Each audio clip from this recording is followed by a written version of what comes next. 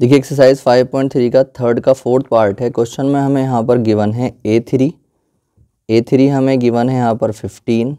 उसके बाद हमें यहाँ पर S10 दे रखा है। S10 कितना है 125। हमें फाइंड करना है एक तो D और दूसरी चीज़ फाइंड करनी है हमें A10। तो अब हम यहाँ पर जो चीज़ें हमें दे रखी हैं उन्हीं से जो है क्वेश्चन की शुरुआत करेंगे सोल्व करने की। तो जो सबसे पहले ऊपर दे रखा है A3 इज़ इक्वल टू 15, उसको ले लेंगे। A3 इज़ इक्वल टू 15 हमने यहाँ पर ले लिया है। A3 का फॉर्मूला अगर हम यहाँ पर लगाते हैं तो A प्लस 2D होता है। A3 का फॉर्मूला इज़ इक्वल टू में 15। यहाँ से आप A की वैल्यू निकाल लो, क्योंकि ना तो हमें A की वैल्यू मालूम है ना ही D की वैल्यू मालूम है। तो यहाँ पर A की वैल्यू यहाँ से जब निकालेंगे तो ये कितना आ जाएगा 15 माइनस 2D। ठीक है, ये इक्वेशन हमारे पास आ चुकी है फर्स्ट। अब हमें दूसरी चीज़ क्या गिवन थी? दूसरी चीज़ हमें गिवन थी S10। तो जो S10 हमें गिवन था उसको ले लो यहाँ पर। S10 is equal to 125। अब S10 का फॉर्मूला जब हम लगाएंगे तो फॉर्मूला क्या बनेगा 10/2। n/2 होता है, n की जगह 10 है तो 10/2 इंटू 2a प्लस n-1 बनता है। तो n यहाँ पर 10 है तो 10-1 और इंटू में d और इज इक्वल टू में कितना 125। ठीक है, अब हम यहाँ पे क्या करेंगे 2 से ये 5 टाइम कट जाएगा तो ये 5 ऐसे आ गया, 2a ऐसे रखेंगे, प्लस में 10 में से 1 गया तो 9d इज इक्वल टू 125। ठीक, अब ये जो 2a प्लस 9d की अगर मैं वैल्यू निकालूँ इस ब्रैकेट की तो 2a और प्लस में 9d इज इक्वल टू कितना आ जाएगा 125 और अपॉन में ये वाला 5 आ जाएगा। 5 से ये कट जाएगा 25 टाइम। ठीक है, तो हमारे पास जो आ चुका है वो आ चुका है 2a plus 9d। 2a plus 9d is equal to 25।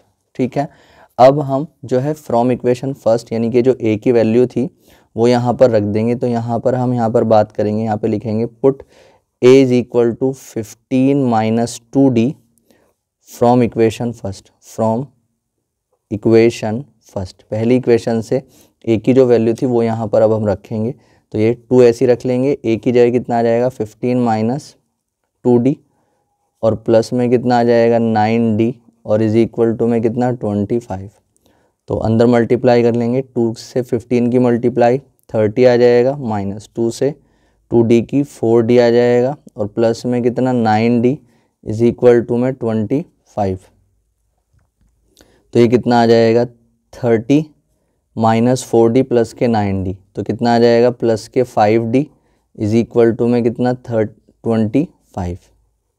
अब यहाँ से जब d की वैल्यू निकालेंगे तो 5d is equal to 25 minus कितना 30, 5d is equal to minus 5।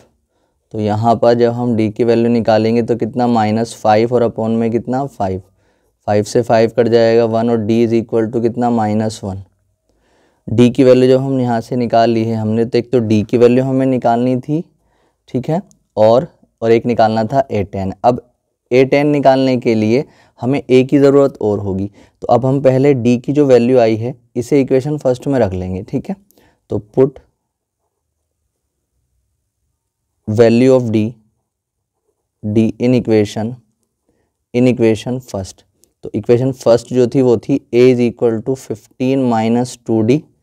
Equation first ये थी, तो यहाँ पर 15 माइनस 2 मल्टीप्लाई d की वैल्यू कितनी थी -1, तो ये आ जाएगा 15, तो माइनस माइनस की मल्टीप्लाई प्लस 2 1 ज़ा 2, तो ये आ जाएगा 17। तो a की वैल्यू आ गई है 17।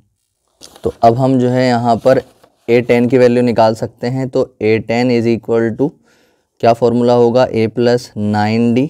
तो a की वैल्यू कितनी थी हमारे पास 17 और प्लस में 9 इंटू डी की वैल्यू थी -1। तो ये 17 प्लस और माइनस इस दोनों की मल्टीप्लाई करेंगे, 9 प्लस का है 1 माइनस का है तो माइनस में आएगी मल्टीप्लाई, 9 1 ज़ा 9।